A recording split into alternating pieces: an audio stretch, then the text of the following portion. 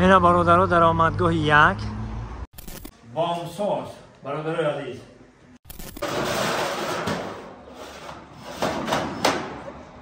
بازار کوشانیان روشنا کیلونکا داره. نگاه این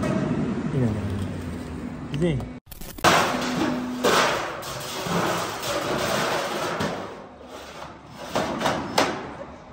بازار کوشانیان دروازه یک. همه محصولات ها همش بامساز در خدمت شما عزیز. گارانتیش تا 15 سال، ایده تا 15 سال و هر یک شویری که شما میبینید اینا نگاه کن. این خیلی میکنی بالاش نه کیلونکا داره. نگاه این دیدین 10-15 سال گارانتی. بامساز برادرای عزیز. چیزی که ما شما دیدید شده میاد تمام تجهیزات های برای که بومای اینا نوگردون نووا میگیم که نووا اینا برفگردونه این چره پیتزا ها اینا برادرای عزیز. تنکایی که شما میبینید در به درجه عالی شد.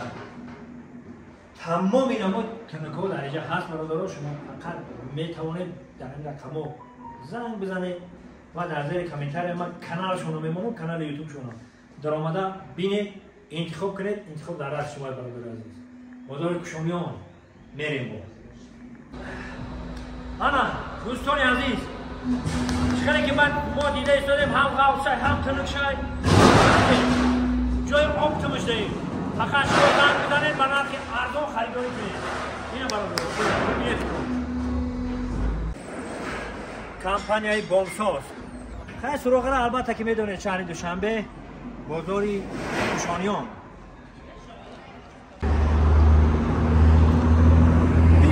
بیا درآمدگاه یک.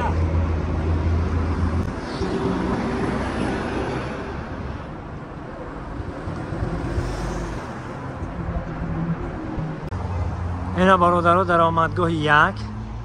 اینا خیلی میدرویم راست 5 متر بالا میریم. طرف دست راست را نگاه میکنی بامساز.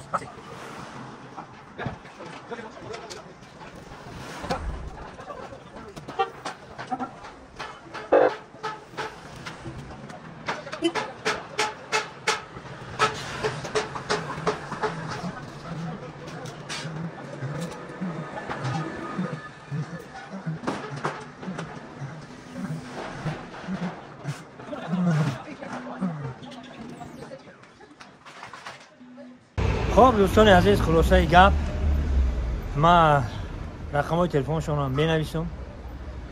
کانال دارن، یوتیوب کانالشون در کامنتر ذکر پیچ میکنم. شما در آمده تماشا کنین، محرمه زیبر کنین. بامساز در خدمت شما. اینا برادران اینا میجن همش با فکرم که با شما فهماشید. باقی خداوند شما را نگهبان باشه. در امان خدا باشه. خدا نگهبان.